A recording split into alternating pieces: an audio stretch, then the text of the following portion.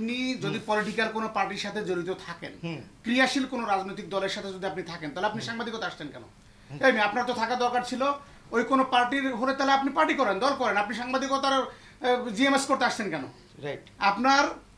আমার কথা হচ্ছে যে আপনি হয় সাংবাদিকতা করবেন, আদারওয়াইজ আপনি পলিটিক্যাল পার্টির সাথে থাকবেন না। হয় দল করেন না সাংবাদিকতা, দুটোর যে কোনো একটা করেন। একসাথে দুইটা যদি আপনি করেন তাহলে আপনি নিরপেক্ষ থাকতে পারেন? নিরপেক্ষতার প্রথম এবং প্রধান শর্ত কি? আপনাকে কোনো কিছুর দিকে হেলে থাকা যাবে না। আপনি হচ্ছেন শতভাগ সাংবাদিকতাটা বস্তুনিষ্ঠ এবং জবাবদিহিতা যদি নিশ্চিত করতে চান, তাহলে আপনার কি করতে হবে? কোনো দলীয় লেজরুবৃত্তি আপনার করা যাবে না। আপনি এক্সওয়াইজেড কোনো একটা পার্টির ধরেন লেজরুবৃত্তি পার্টির সাথে আপনি আছেন, কোনো একটা পদ আছে, অথচ আপনি এসে গণমাধ্যম সংস্কার করতেছেন। হয় আপনি গণমাধ্যম সংস্কার করতেছেন কিভাবে? আপনি একটা দলের বড় পদে আছেন, কোন একটা দল বা কোনো একটা রাজনৈতিক দলের একটা বড় পদে আছেন, তাহলে আপনি এখানে এসে গণমাধ্যম সংস্কার করতেছেন।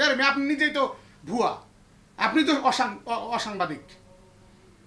আপনি নিজে কি সাংবাদিক? আপনি একটা পলিটিক্যাল পার্টির বড় পদে আছেন, এখানে এসে সাংবাদিকদের সংস্কার করতেছেন কেন? সাংবাদিকরাই গণমাধ্যমে সংস্কার করবে, যার কোনো পলিটিক্যাল লিগেসি নাই, যে কোনো হ্যাঁ একসময় সে ছিল বা কোনো একসময় থাকতে পারে, কেউ না কেউ কোনো না কোনোভাবে তো আছে যে হলের সিটে ওঠার জন্য পলিটিক্স করতে হয়। তো ফ্যাক্ট হচ্ছে যে আপনি যেটাই করেন না কেন, সাংবাদিক হিসেবে যেদিন আপনি নাম লেখাইছেন, এই গণমাধ্যম কর্মী হিসেবে যেদিন আপনার পরিচয় ঘটছে, এরপর থেকে তো কোনো পার্টির সাথে আপনার কোনো ধরনের সম্পর্ক থাকার কথা না। সম্পর্ক থাকবে কি? আপনি তার সাথে কোন বিতর্ক করবেন, তার কোনো অন্যায় অনিয়ম, তার দখলবাজি, তার এই দৌরাত্ম্য রাম রাজত্বের বিরুদ্ধে আপনি কথা বলবেন। পলিটিক্সটা সেজন্য শতভাগ পলিটিক্যাল যে তার যে কার্যক্রম, সেজন্য শতভাগ রাষ্ট্রের জন্য কাজটা করে, তাই না? বা তার কাজটার জন্য স্বচ্ছ হয়, এটার জন্য কি আপনি ওয়াচডগ, তাই না? আপনি হচ্ছে একেবারে তাকে, সে যেন কোনো ভুল করে, ভুল করলে তাকে আপনি ধরবেন, তাহলে কি আপনি সাংবাদিক, তাই তো? মানে আপনার দল ভুল করলে আপনি বলবেন? আপনি একটা দলের আছেন কর্মী, তাহলে আপনি ওই দলের কাছে দায়বদ্ধ। তাহলে তো আপনি গণমাধ্যমের কাছে বা কোনো পত্রিকা টেলিভিশনের কাছে দায়বদ্ধ না। তাহলে আপনি কেন সাংবাদিকতা করতেছেন ভাই? আপনার তো সাংবাদিকতা থাকা উচিত না। আমি যদি কোনো দলের কাছে ধরা থাকি, দলীয় পোস্ট থাকে, তাহলে ওই দলের বিরুদ্ধে আমি লিখতে পারবো? ওই দলের ভুল সংশোধন করে দিতে পারবো? আমি পারবো না। তাহলে কেন এটাকে গণমাধ্যমে আজকে রাষ্ট্র সংস্কারের মানে এই নতুন অন্তর্বর্তীকালীন সরকারে আজকে 100 দিন, 100 দিনে আপনি কি গণমাধ্যমে সংস্কার পাইছেন কিছু? গণমাধ্যমে কি হয়েছে? সংস্কার হয়েছে যেটা ওই পলিটিক্স আমাদের কারা, মানে দেখা যাচ্ছে বড় বড় রাজনৈতিক দলের নেতাকর্মীরা খুঁজে বের করছে এই সাংবাদিকতা আমাদের কোন ভাই আছে, আমাদের কারা আছে, আমাদের ভাই ব্রাদার খুঁজে বের করো। দেখা যাচ্ছে যে খুঁজে বের করাও না, অনেক যারা ত্যাগী নেতা তারাও কিন্তু একসময় যারা সাংবাদিক বিভিন্ন পার্টির সাথে ছিল, এখন তারা নাই। তারা কি সরাসরি গণমাধ্যম কর্মী হিসেবে নিজেদেরকে ডেডিকেট করে ফেলছে, তারা কিন্তু ডাক পায় নাই। কারা ডাক পাইছে? তারা এখনও যারা পাচাটে, এখনও যারা ওই পার্টির সাথে গোলামি করে, বিভিন্ন কাজে গিয়ে প্রশংসার হাইপ তুলে ফেলে, তারা হচ্ছে এখন বিভিন্ন পদে বসতেছে এবং ভাগযোগ করে খাচ্ছে গণমাধ্যম। তাহলে গণমাধ্যম সংস্কার হয়েছে নাকি আবার দখল হয়েছে? কোনটা?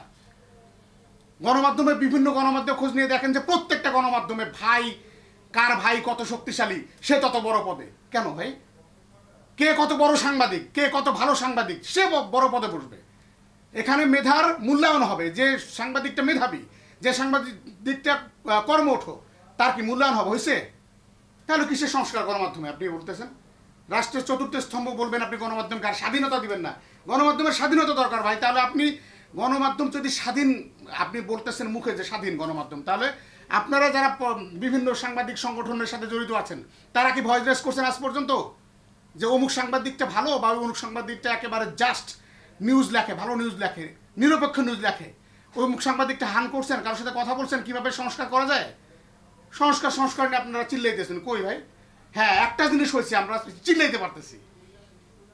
24 জুলাই বিপ্লবের পর আমরা সবাই কথা বলতে পারতেছি, বাট একটা কিন্তু দখলবাজি চলছে, সব জায়গায় দখলবাজিটা চলছে। এই দখলবাজিটা বন্ধ করতে হবে। সংস্কারের জন্য দখলবাজি বন্ধ করতে হবে। বৈষম্য, এই বিপ্লব কিন্তু শেষ হয়নি। আপনি দেখেন, ধরেন আমি বড় গলায় কথা বলতেছি, জুলাইয়ের বা আগস্টে 5 আগস্টের আগে আমার ভূমিকা কী ছিল? আমি কি সামাজিক যোগাযোগ মাধ্যমে সরব ছিলাম? বা আমার যদি কোনো ফেসবুক বা ইউটিউবের কোনো পেজ বা কোনো কিছু থেকে থাকে, সেখানে আমি কি করলাম? সেখানে আমার ভূমিকা কি? আপনি দেখেন না, খুঁজে দেখেন। আমি বাতেন বিপ্লব বড় গলায় যে কথা বলতেছি, এখন চিল্লাইতেছি, 5 আগস্টের আগে আমার ভূমিকা কি? আপনি খুঁজে দেখেন না, বের করেন। তো এরকম প্রত্যেকের ক্ষেত্রে যারা আজকে দখলবাজি করতেছে, তাদেরকে আপনি তাদের ফেসবুকে যান, তাদের সামাজিক যোগাযোগ মাধ্যমে যান, তাদের ভূমিকা কী ছিল? হ্যাঁ, তারা যদি ভালো ভূমিকায় থেকে থাকে, হ্যাঁ, তাকে আপনি মূল্যায়ন করেন। এবং সে যদি প্রকৃত অর্থে সাংবাদিক হয়, তার ভূমিকা নাই, হয়তো কোনো না কোনো কারণে সে পারে নাই, তাকেও মূল্যায়ন করতে হবে। তো এটাই হচ্ছে সংস্কার। আর গণমাধ্যমে অনেক কিছু এখন পর্যন্ত মৌলিক যে গণমাধ্যমের যে যেগুলো সমাধান করা দরকার, মৌলিক যে প্রয়োজন, যেগুলো বেসিক নিড, সেগুলোই কিন্তু এখন পর্যন্ত সমাধান করা হয়নি। সুতরাং আগে সাংবাদিক হইতে হবে, প্রকৃত সাংবাদিক হান্ট করতে হবে, এরপর আপনি গণমাধ্যম সংস্কার করেন। হান্ট কারা করতেছে? যারা পলিটিক্যাল লিগেসি আছে তারাই। সুতরাং এগুলো বাদ দেন, বাদ দিয়ে প্রকৃত অর্থে যদি দেশকে ভালোবাসেন, গণমাধ্যমকে স্বাধীন করে দেন এবং সাংবাদিকদেরকে কোনো লেজুর বৃত্তির মতো না রেখে তোদের টোটালি স্বাধীন করে দেন।